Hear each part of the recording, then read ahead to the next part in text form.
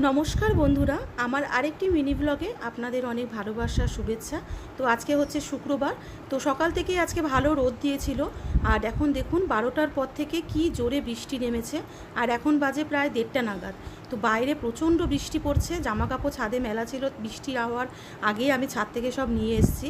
কারণ বৃষ্টি হওয়ার আগে আগে আকাশ কালো করেছিল, মেঘ জমেছিল, তখন সেটা দেখেই আগে জামা কাপড় নিয়ে এসেছি। আর এখানে দেখুন আমাদের ড্রাগন গাছটায় অনেক ড্রাগন ফল এসেছিলো, কিন্তু সব কটা ফলই পড়ে গেল, কোনো ফলই আর হলো না।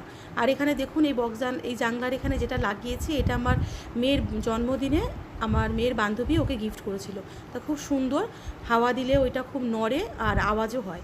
আর দেখুন টবগুলোতে পুরো বৃষ্টির জল পড়ে একদম টইটুম্বুর হয়ে গেছে। আর এইদিকে দেখুন ঝুল বারান্দায় জল জমে, জলে ঝাপটা এসে কি অবস্থা, আর গ্রিলের ফাঁকে ফাঁকে জল জমেছে। তো কেমন লাগলো ভিডিওটি জানাবেন।